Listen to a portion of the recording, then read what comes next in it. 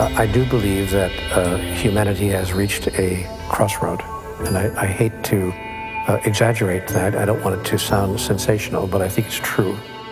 I think our species, the species of human beings, is coming to a place where we are deciding about ourselves. We are making a huge decision about who are we, who do we really choose to be? Who are we? Who do we really choose to be? Who are we? Who do we really choose to be?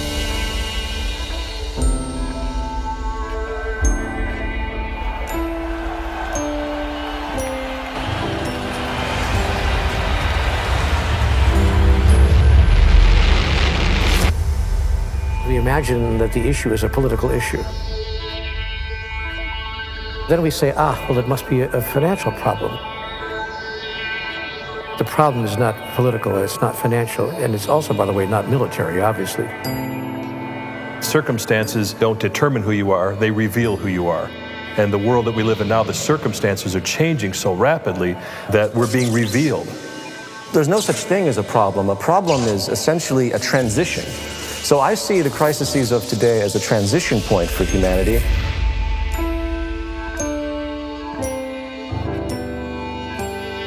Look down on the human drama and discern through your critical faculties what's going on without judging it. Just discern, what is this human drama about right now, and what role can I best play in it?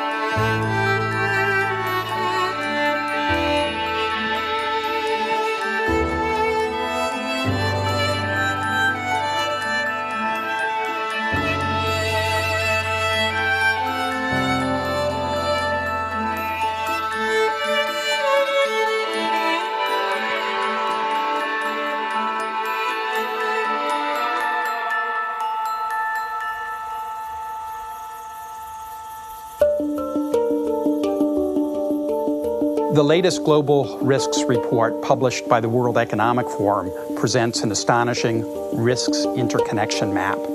It clearly reveals how all global risks are interrelated and interwoven, so that economic, environmental, geopolitical, social, and technological risks are hugely interdependent. A crisis in one area will quickly lead to a crisis in other areas. The interconnection and complexity in this map, compared to our surprise at the impact and speed of the recent financial crises, illustrates the discord that exists between all systems we've built and shows just how disconnected we've become.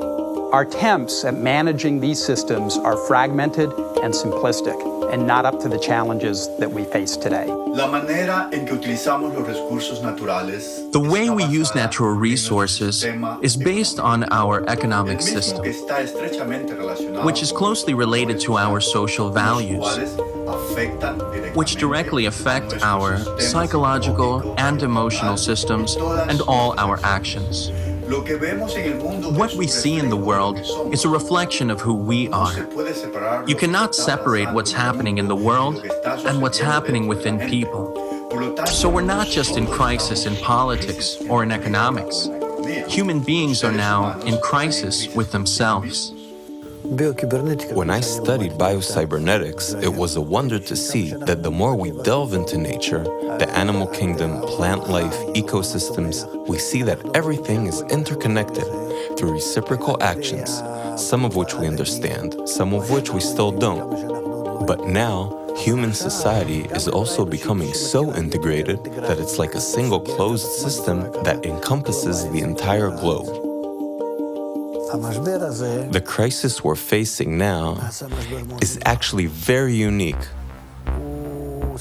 We are all closed together in the same system, and we can no longer do whatever we want in it.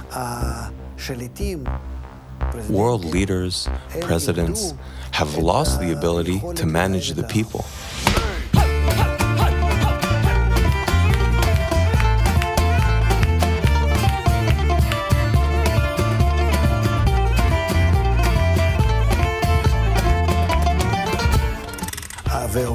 it's as though the world began to move without any reins, but rather according to a new law of interdependence, of connection, the law that is characteristic of integral systems.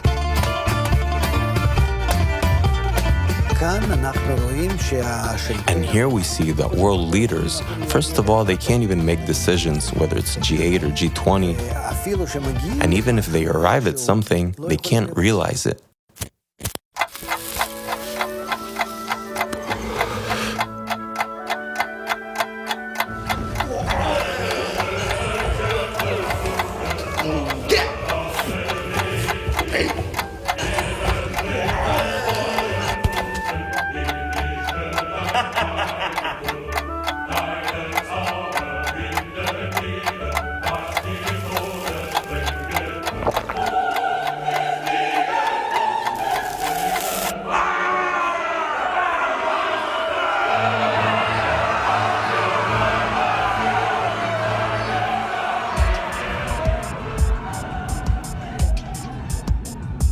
In science, we started as Newtonian physicists, and we started pretending like we are machines. That was the worldview for some time. That changed with biologists coming along. Biology gives a different view of the human being altogether. Biology says that, well, we are machines, but we are machines with competition, with survival in mind. And we fight for our survival, we compete. So our higher values are important only if they are important for survival. Outside of survival, there is no other impetus to the human being. And because of this idea, we have become, as you know, extremely competitive in our society. If somebody else has something, I must get it. If somebody else doesn't have it yet, I must get it before he or she gets it. And this idea is causing havoc in our society.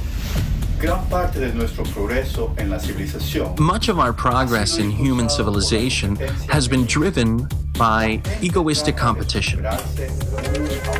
People try to outdo each other, and that creates better science, better technology, etc. However, now we're at a point where this ego drive has become so extreme that it will stop at nothing in order to be more or have more than others. And so companies are destroying the ecosystem, bankers are creating economic crisis, people are building themselves on the ruin of others. Our food supplies are increasingly at risk, water resources are increasingly being strained, and our financial systems continue to be highly volatile and risky. At the same time, we're also discovering how all our systems are connected and interdependent. Clearly, business as usual is a dead end.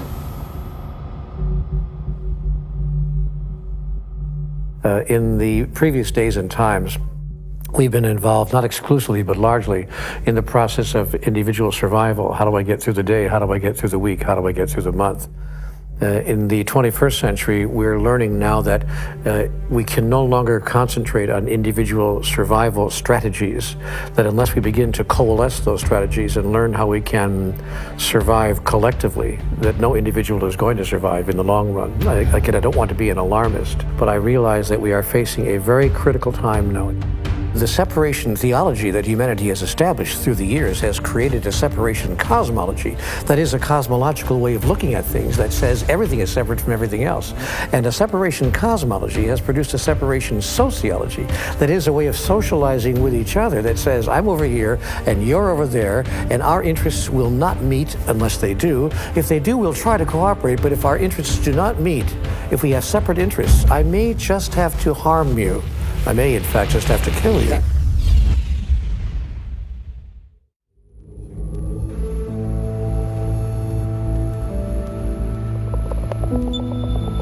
There's an old story, the grandfather who's speaking to his grandson in the lodge, and the grandson comes in and says, I had a dream last night. In the dream, there were two wolves inside fighting, and one was a black wolf and one was a white wolf.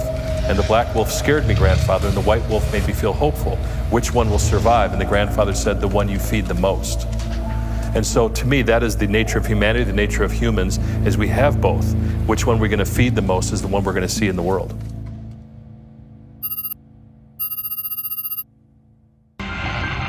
The Ash experiment is one of psychology's oldest and most popular pieces of research.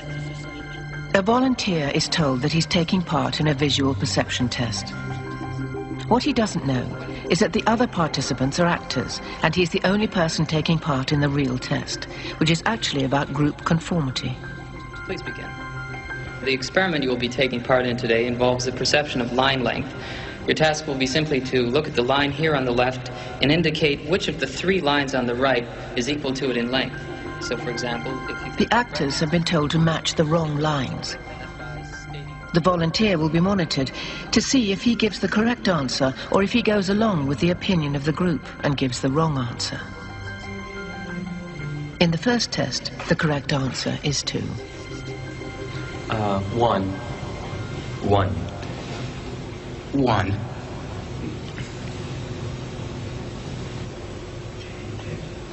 It's 2. 1. Once again, the correct answer is 2. 3. 3. 3.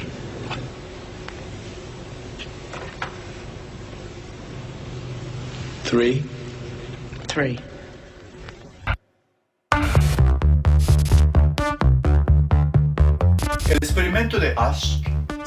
The Ash conformity experiment has been repeated many times. It's been suggested that, first, the distortion happens at the level of action. The subject believes the others are wrong, yet goes along with them anyway. Then it happens at the level of judgment. The subject begins to think, maybe they're seeing something I'm not seeing. And then it happens at the level of perception, which means that the subject's actual perception of what's right or wrong is distorted by the majority. Now, when you link these conclusions to what's happening in the world today, you have to ask, in what way have we been using the influence of society?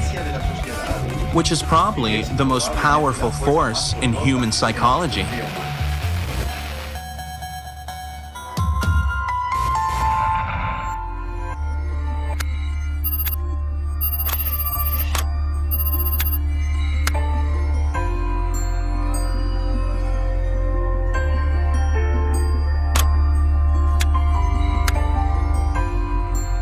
Over 40 years ago, I was cloning stem cells, and one of the first experiments just so blew my mind that it really changed the whole course of my education and my life.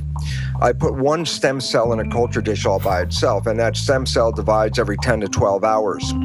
After about a week to 10 days, I have thousands of cells in the petri dish, but what's most important is all these cells are genetically identical to each other.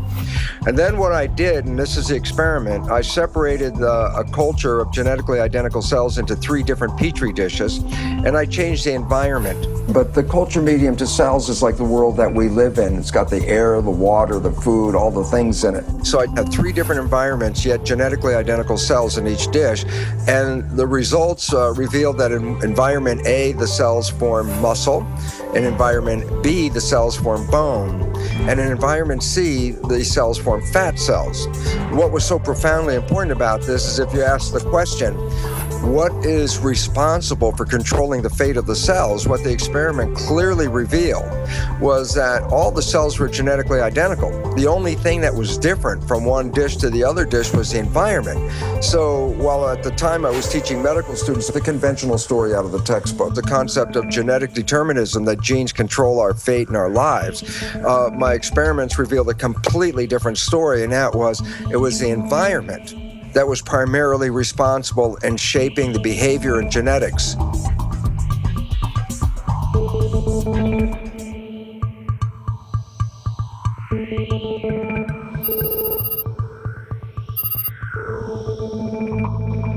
And there's new research out of Harvard Medical School about social contagion. And I think it's kind of obvious and intuitive that you catch the moods of people around you, but now they're finding that people get fat in groups, they get happy in groups, they quit smoking in groups.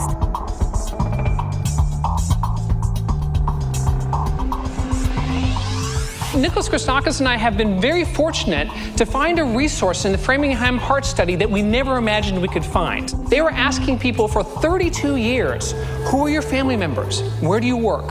Where do you live? And most importantly, who are your friends? For the first time, now that we have data like this, we are able to get a bird's eye view of networks like the networks that you live in. We had some validated measures of various emotions, including happiness. And what we attempted to show, and were able to show, is that my happiness depends not just on my own actions and thoughts and behaviors, but also on the actions and thoughts and behaviors of the people to whom I'm directly connected, my friends, siblings, spouses, neighbors, coworkers, and so forth, and the people to whom they are connected, and the people even to whom they are connected. And what this finding is showing us is that it's not just behaviors that are spreading through networks, it's also these emotional states that are spreading through networks. So we think that what's spreading is this tendency to transmit ideas, these norms of behavior. You are, in fact, a social organism. You're created by your environment. There's no you and there's no me. Once you begin to think about how everything you do has been taught to you one way or another, granted, you're putting things together and you're making decisions, but your decisions are limited to the information that's been given to you and that you've learned. So I'm a walking amalgam of a social engineering, so to speak. If I see myself as separate from everything else, that I could say is incorrect. For example, everyone knows they have to breathe. Through time, people will begin to understand that their integrity is only as good as the integrity of everything else around them. So what is happening in science is really quite pathetic, and what is happening in the public at large is also equally pathetic, because what is happening is that by pretending to be something, we are becoming that something. By pretending to be something, we are becoming that something.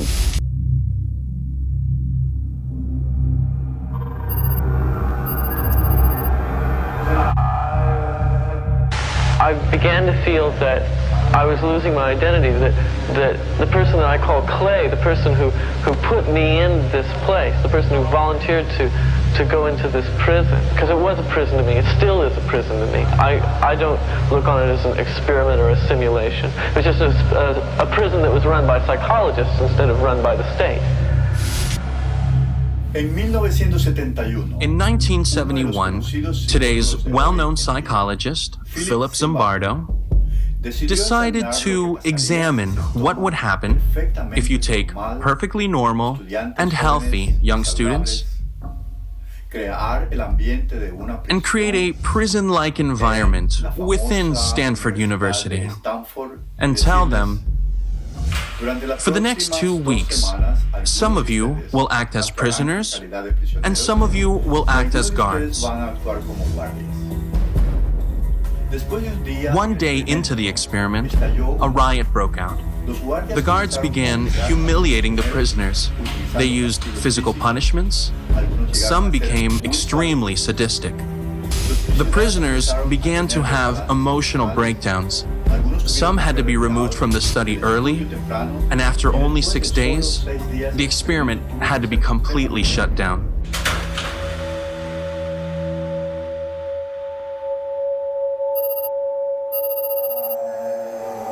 I had really thought that I was incapable of this kind of behavior.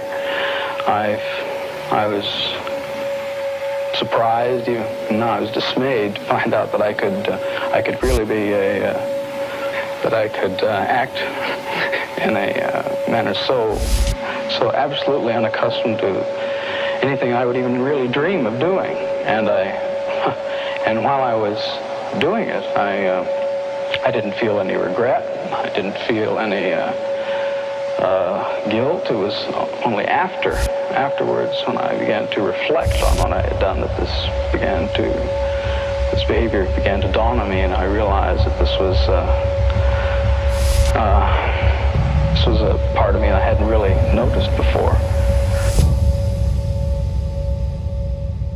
By pretending to be something, we are becoming that something. By pretending that we are mindless matter. We are just material and that's it. We are excluding the finite aspects of life. We are excluding the finite aspects of our experience. And this is very serious business.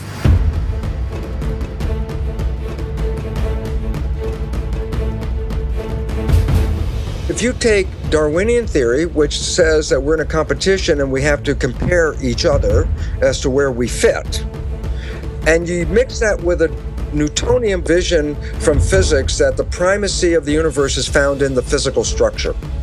And then you put those two together and you say, well, how do you know where you fit in the Darwinian world? And the answer is, how much material do you own? And so, evolution of humanity since Newtonian times was to extract the material from the planet so that we could have possessions. And that the possessions then were a reflection of where we stand in the hierarchy. If you're very low in the hierarchy of human life, you have nothing. If you're very high in the hierarchy of human life, you have money and possessions and houses and toys and all these things. So then you say, well, then who suffers from all this? Well, there's great suffering at every level, whether suffering in the physical planet or in the human civilization, there's suffering all over. In order for me as a human to prove my hierarchy, I have to extract the material from the planet. So what do? I mine the planet. I rape the planet of all of its possessions so that I can hold in my hand this chunk of gold and say, see how much I am worth, where is your gold?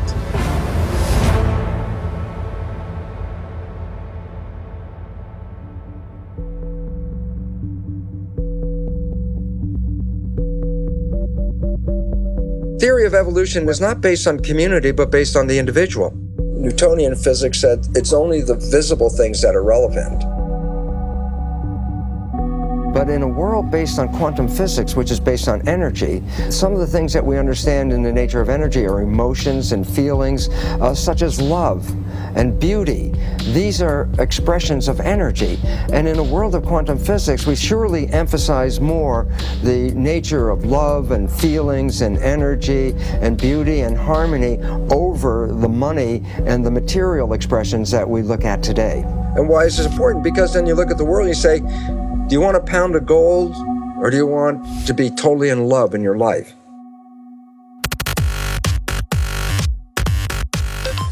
This is a painting known as the Supper at Emmaus.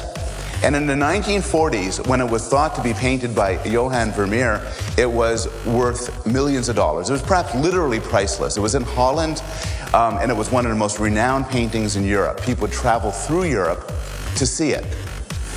Until one terrible day when it was discovered that it was not painted by Vermeer at all, but by the great forger, Van Meegeren. In other words, it was discovered it was not this painting, but that painting. And all of a sudden, its value dropped to nothing. How you taste something is critically affected by what you believe you're eating. And this shows up in all sorts of ways. One nice finding involves children. How do you get children not just to eat their carrots and drink milk, but after they have the carrots and milk, to report that they tasted good, better than your normal carrot, better than your normal glass of milk? It's actually terribly simple to do this. This was done in a study a couple of years ago. You take them out from a McDonald's bag. They get people into a brain scanner, and as they're lying on their back, there's a tube going into their mouth, and they get to drink wine through the tube while their brains are being scanned.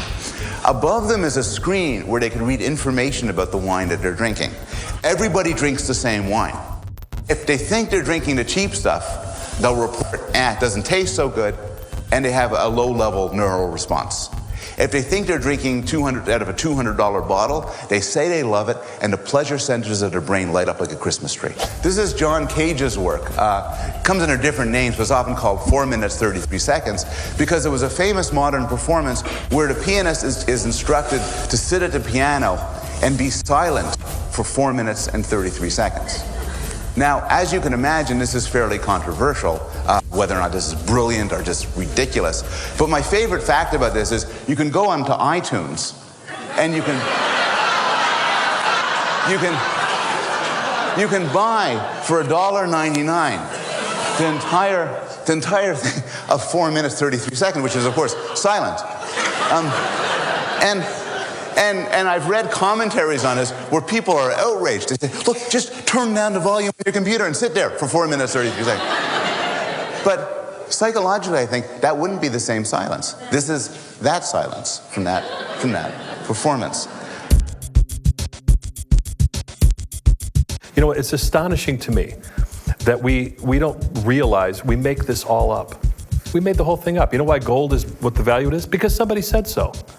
That's it. You know why the fuel costs what it is? Because somebody said so. Somebody speculates, somebody decides, there's a belief, enough people join in, this is what a thing costs. We've all decided this. So an awakening of, we're repeating these cycles and we're getting kind of tired of it, maybe we should do something different this time around, be something different. People are interested in processing meaning and values. We have to hear that. It's the society, the media especially, that puts ordinary people into this vain search of material goodies. Yeah. People didn't live this way even 50, 60 years ago. You know, this is just a very recent phenomenon, that if you have, instead of one cell phone, two cell phones in two pockets, then somehow you'll be better off.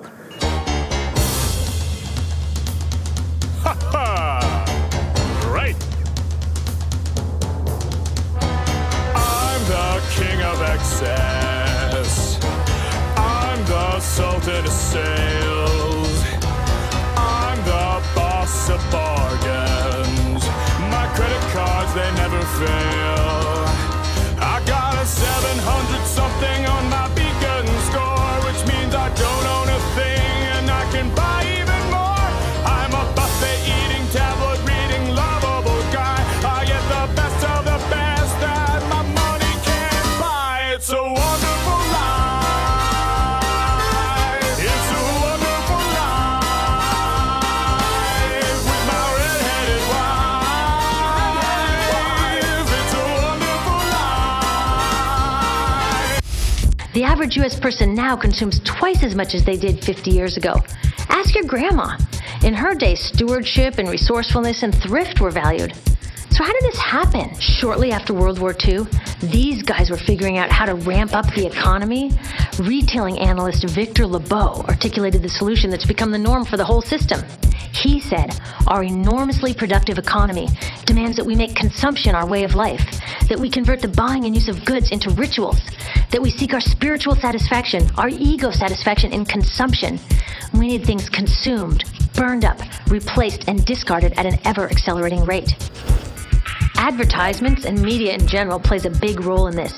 Each of us in the U.S. is targeted with over 3,000 advertisements a day. We see more advertisements in 1 year than people 50 years ago saw in a lifetime.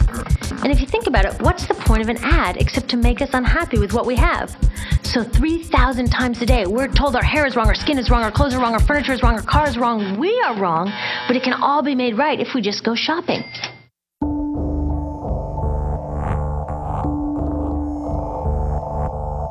Mr. Rogers, who was the TV guy here in the United States, said the space between the television and the viewer should be sacred.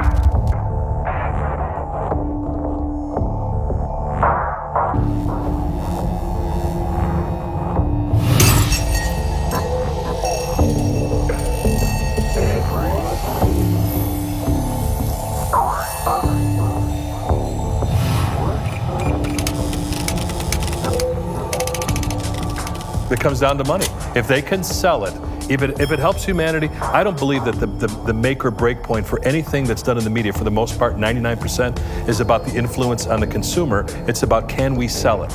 And if they could sell it and it's good for you, they'll sell it. But if they sell it and it's not good for you, they'll sell it anyway. In my world, I think that matters greatly on the impact of the listener because it changes their lives one way or the other.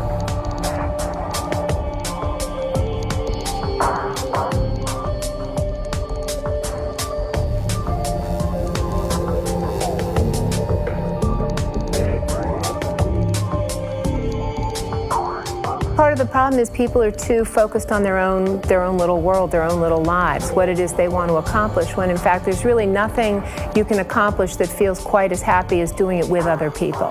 And so I think there's been too much of the entrepreneurial greed, me focus in the last few decades. And I do think that people have become aware that we're becoming more unhappy, not just in the United States, but all over the world. Depression rates are rising faster.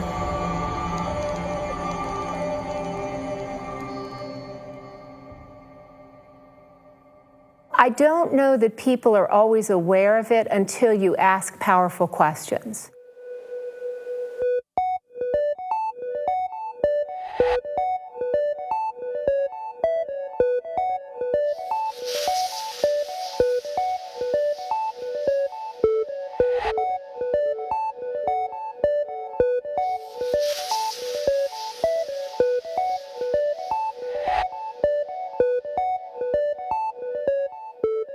And the research is so interesting on this that if you ask college students what they aspire to, they talk about money. But if you ask them what the best thing was that happened to them in the last month, they mention experiences with other people. They never mention possessions. So on an intuitive level, people do understand what it is that brings them joy, but sometimes they have to find out the hard way.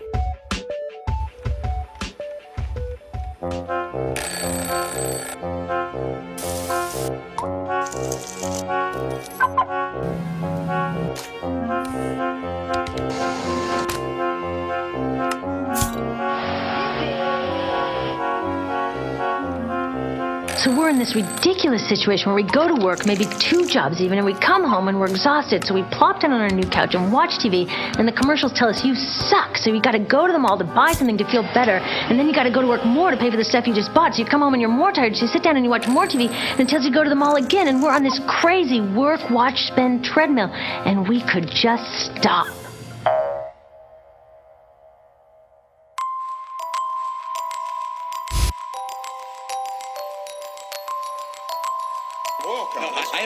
I had a question, and the question was, how much did you cut them by?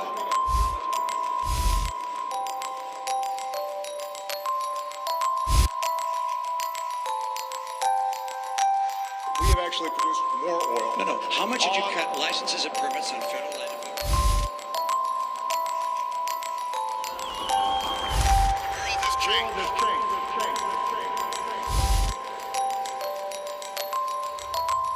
We must change with it.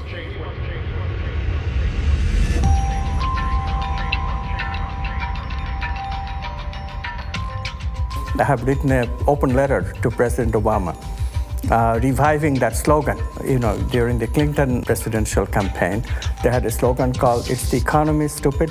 For me, the slogan is, "It's the worldview, stupid."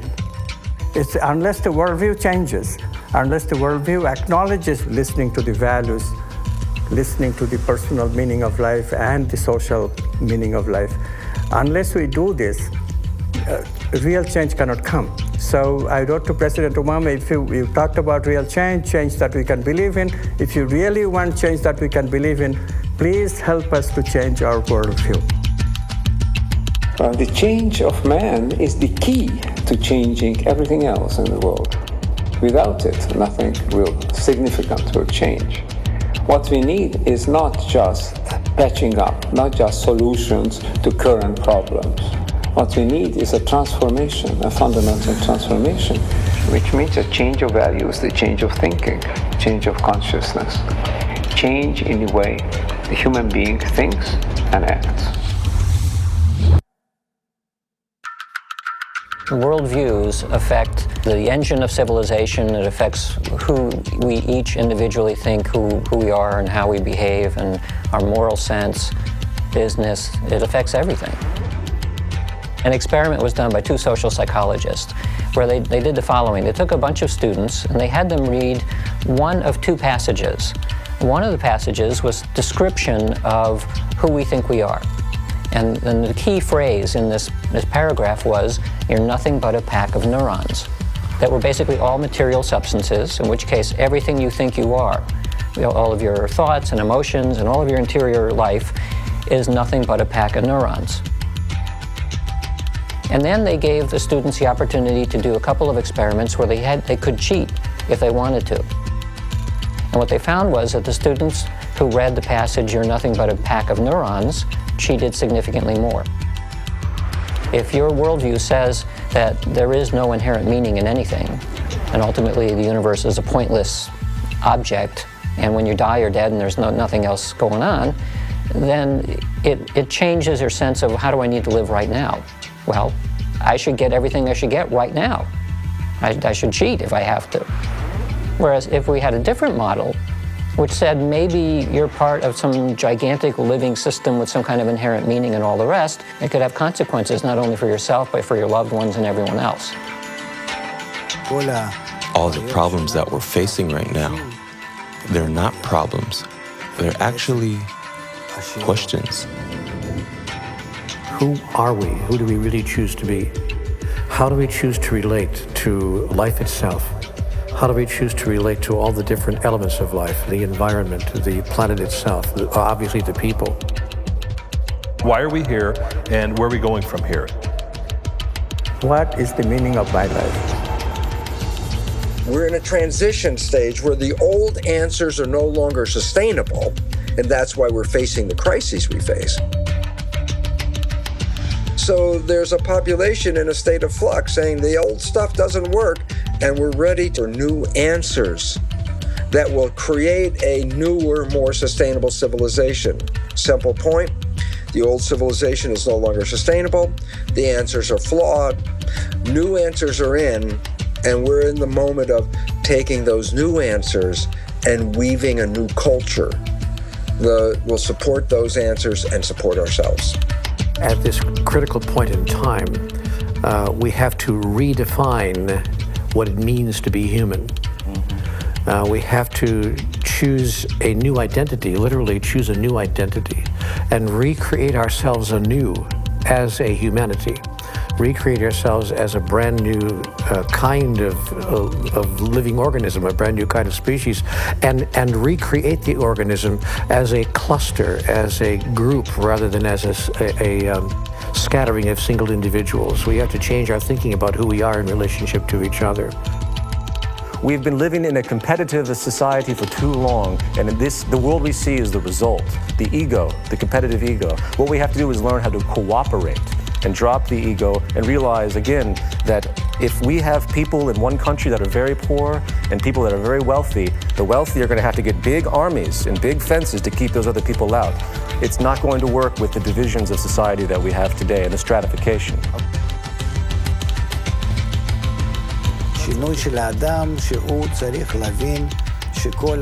Man has to go through a change to realize that his life should be lived for the unity of mankind, and that we're all like one man and one heart, and we're sharing that desire, sharing that thought. We're all in mutual connection, making mutual concessions in reciprocity, like cells of a living body.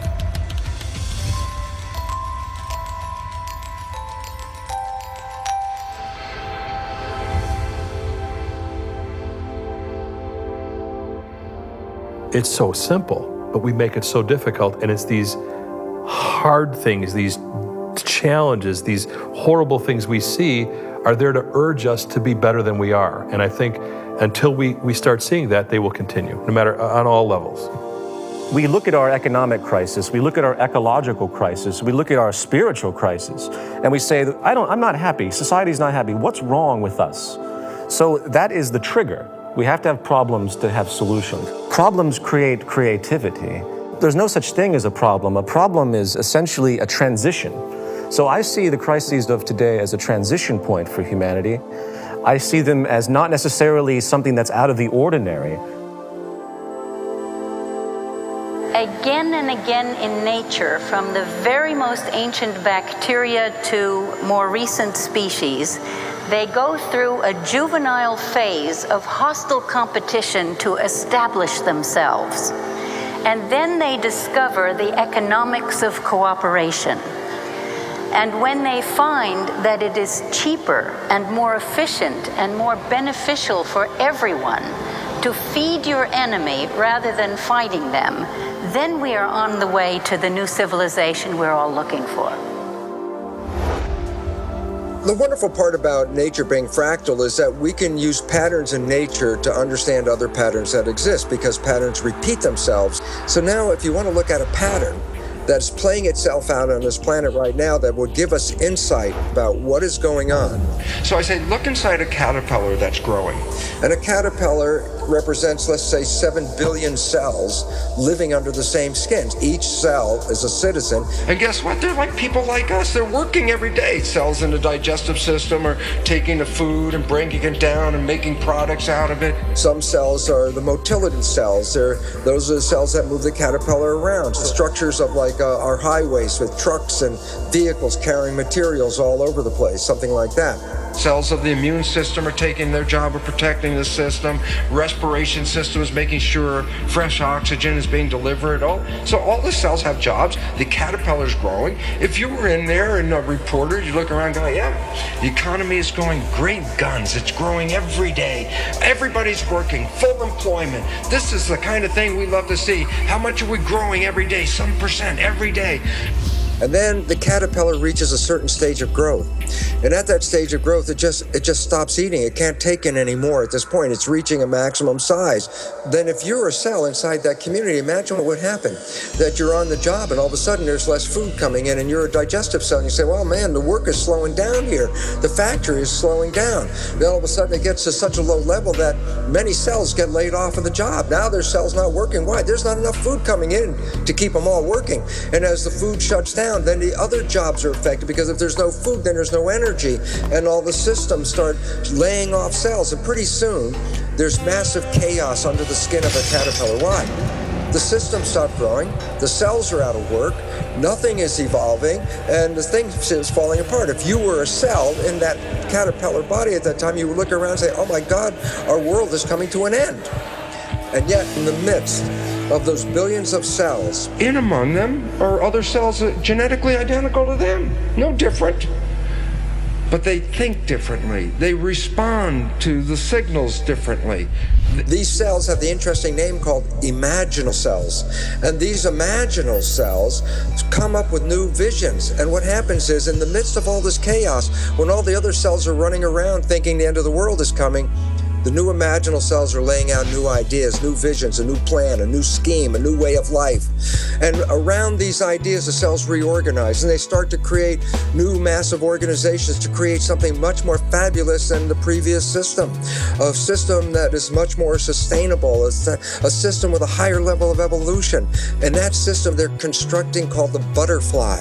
So there's a transition from an old world of caterpillar with an old belief system and an old way of life that was no longer sustainable. And therefore, you have two choices in this world right now. You can retain your caterpillar status and go, oh my God, the sky is falling, and be in fear. Or you can say, the caterpillar is going, I want to build the butterfly. Why? Because if I become active and, positive in the process of building the butterfly, I'm engaged, I'm working, we're creating the future. If I sit there and bemoan the loss of the caterpillar, then I'm making myself sick and everything around me. Why? I'm not contributing to our evolution. And so, where are we? We're at the demise of the caterpillar stage of civilization and the rise of the butterfly.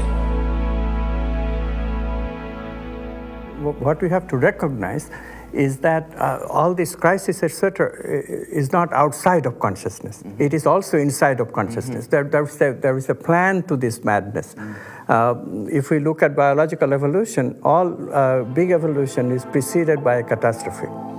So this is evolution of the human being that is going on right now. From being overly concerned with the negative emotions and the rational mind to listen to the values. Love, beauty, justice, truth, goodness.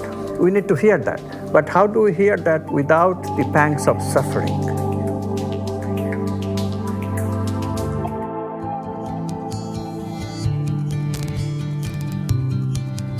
I believe the issue is, how can we cause the largest number of people to understand that we are in fact all one, to understand our unity?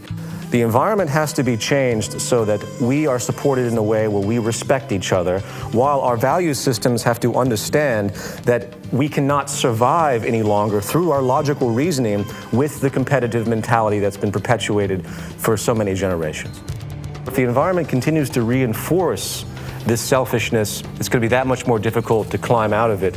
So if we create an environment that helps us to have the courage to give, and it rewards and reinforces giving, then I think we'll move much more quickly into that type of bestowal mentality.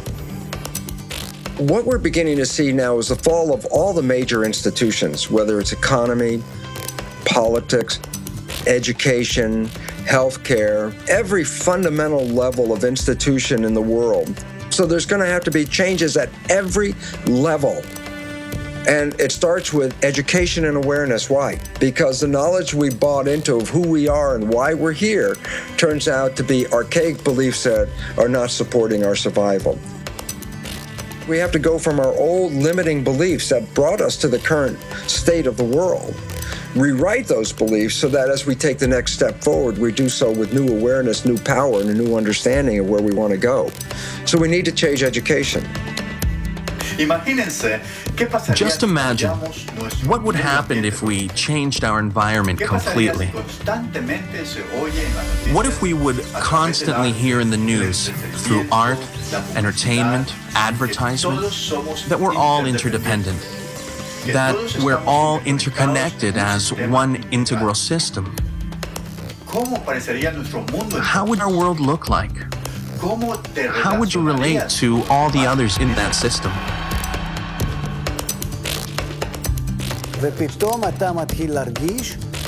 You would suddenly begin to feel that you relate to others as somewhat close to you. You will be less concerned about how do I exploit the other, how do I manipulate others, take advantage of them. You'd begin to see that the other person is somehow close to you. You'll have some affinity towards the others, like they belong to you. You'll start considering them just like you think about your children or your family.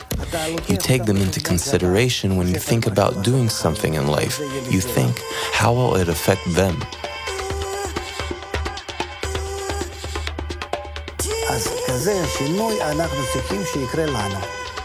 So that is the kind of change we need to go through. And it can happen to us through the proper environment that we create for ourselves.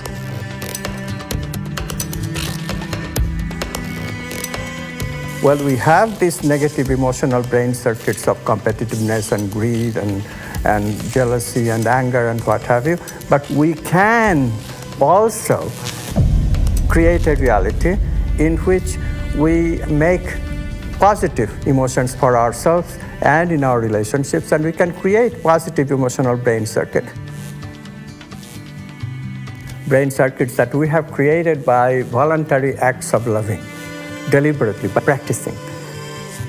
That will then mollify the negative emotional brain circuit so we can overcome our base desires.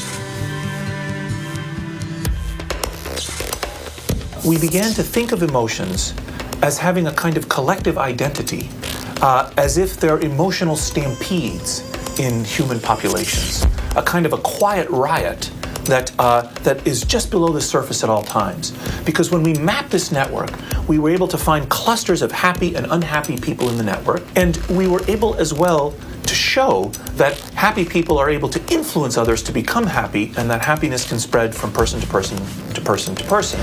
And it's this kind of view of the human superorganism that has really started to change the way we think about ourselves as human beings.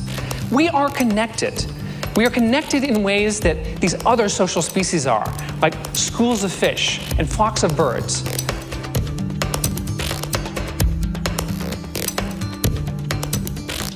Animals have this. So-called primitive people have this. We have seemed to have lost it through our intensive egoistic orientation. If you recover this connection, then we will behave with greater solidarity to each other. We will extend our solidarity that exists in a family. We can extend it over larger areas, ultimately to the whole human family and to the living environment.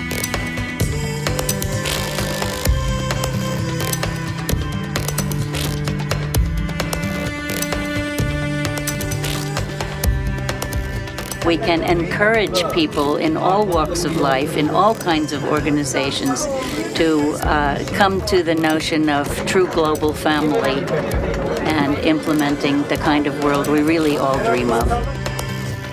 What has increasingly been found is that the happiest people have vibrant social networks. They work hard at cultivating the relationships with other people. So it's the togetherness, the bringing people together that brings people the most joy.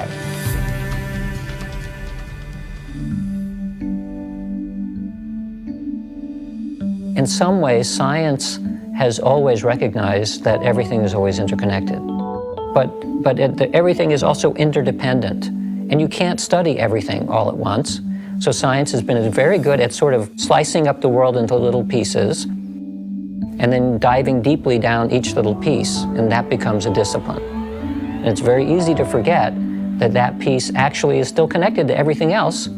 We conveniently forget it, which creates something which is ultimately a whole system, but it becomes fractured. And maybe that some small percentage of scientists are naturally drawn to this idea of how does the thing that I'm studying fit in a larger context? And so for scientists who think about that, they eventually get to the idea of, if they push it far enough, that the universe is really just one big thing. We ask the question, why are we here as human beings? The answer is then left to something as simple and disastrously bad as, there's no reason for us to be here. We're just accidents of genetics, and therefore we could do anything we want because we weren't intended to be here in the first place. So we have a pretty big disregard to our relationship and the world around us and the nature that we live in, because we believe that organisms just got here by accident. When you look at the planet Earth, you find that we live in a very narrow zone that supports life. A perfect combination of gases in the environment, a perfect temperature and all this, and it stays constant, which has been a very unusual event of how can a planet keep a constancy in a world where everything is dynamic around it? And the answer is because nature has created one organism after another organism to keep the environment in balance and compensate for the ranges of activities that occur around us. So we keep what is called homeostasis. Very simple example is this. When the world was primarily plants, the environment, which had carbon dioxide and some oxygen in it when they first started, later became depleted of carbon dioxide, and oxygen increased because the plants were using the carbon dioxide continuously and releasing the oxygen continuously, and the balance shifted. And there was so much oxygen on this planet that the planet was flammable. So at times, lightning strikes would hit and burn up all the oxygen and burn up the planet. Life was not sustainable. So nature created a balance. And the balance was called animals. Animals breathe in oxygen and release carbon dioxide, which is the complete reverse of what the plants were doing. So why is this relevant? Because when you put animals and plants in the same environment, as the plants take in carbon dioxide and release oxygen, the animals take in oxygen and release carbon dioxide. This creates a cycle and a balance and harmony. So animal introduction was not just a random event. It was required to keep balance in. Now look at life as a seesaw that goes up and down. And I go like this. As I put one organism on one side, it throws the balance off and tilts the seesaw this way. So nature puts another organism on this side to bring the balance back. So I said, where are humans in this seesaw? And why is that important? Because humans have so much power that if we're not clear of what we're doing, we can take the seesaw and put a little weight on one side and shift the entire balance of nature. And then we have to learn to come back and shift the balance back again. Well, without our awareness of how we fit into nature, we lost sight of the fact that every other organism has been involved in keeping the environment more stable. We weren't to manipulate the environment.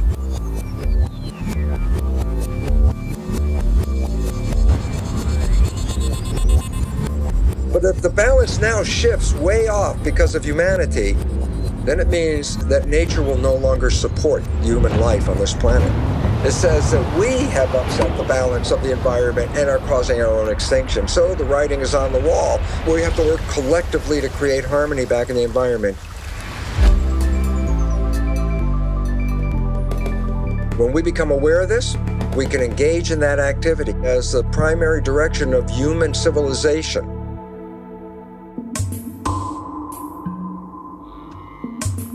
can we, as a global tribe, get our act together fast enough to be able to change our behavior, our collective behavior fast enough? There is a great potential, because it's not that if everybody has to change at the same time. What we talk about is a critical mass. We don't know how many people have to change for it to spread. But the fact is that when people begin to think differently, begin to act differently, that has an effect on others, it spreads. Scientists at RPI have found that when just 10% of the population are deeply committed to an idea, their idea will always be adopted by the majority of the society. Now, what's interesting is their mathematical model shows that it's like a spontaneous leap. That is, below 10%, there is no visible progress. However, above 10%, the idea spreads like wildfire. I don't think it's going to occur first on the whole among the leadership, neither political nor business leadership. I think there are always exceptions, and there are very enlightened political leaders, the enlightened business people.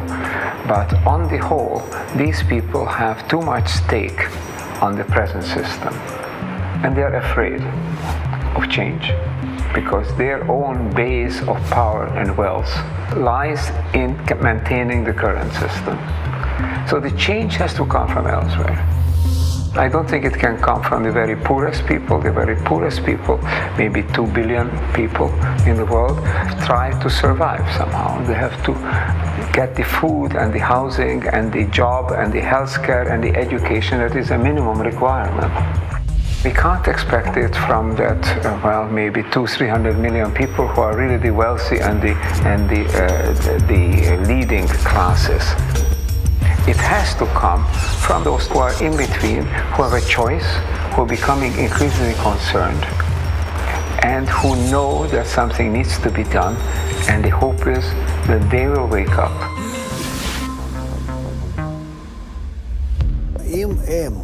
If there are people who are aware that the world must become integrated, then the question is, can they come together? Can they make the initial step towards this? I think the problem with global crises is that from each individual's point of view, it becomes difficult to know what do I do about it. When I say my ego and transform my ego, it's an illusion. How can I transform my ego when I'm dependent on so many other egos?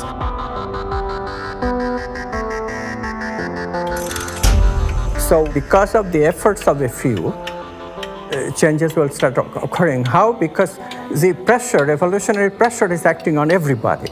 It's just that they don't have the right context. All they need is a trigger. The trigger will be provided by this upper echelon of people who are working together to develop positive emotions. So they affect a much bigger number than is indicated by the little community that started it. So one little change in one little community can affect a much larger human community, and the interconnectedness that we have through the internet, interconnectedness of the ego, all of a sudden, without even knowing that it is doing so, will change and establish itself, and therefore changes can come very fast.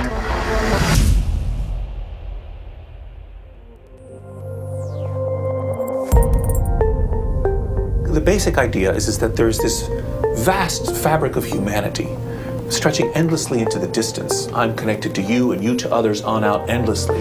Your actions can influence the actions and feelings of others around you, which in turn then can spread to still others and then to still others. If you tell someone they don't influence anybody, they're not going to do anything. But if you tell them they influence 1,000 people, they'll change their lives. And that's why I think it's so critical for us to understand, first and foremost, how and why we are connected. Thinking people, they can see opportunities in this. So we have to do this collectively. We have to do this collectively through dialogues, first between two people, through relationships between two people, and then generalizing it to a whole family, to the entire community, to bigger communities, to the country, to the entire world. Change the society to recognize that we cannot do this by ourselves. We cannot do this alone. It's actually very simple what we have to do. It's just getting people to identify with it and see the benefit of what that offer is, the offer of working together, and how cataclysmically better life will be, right? Materially and spiritually. So. The lack of connection between people causes all the sadness in the world. No question about it.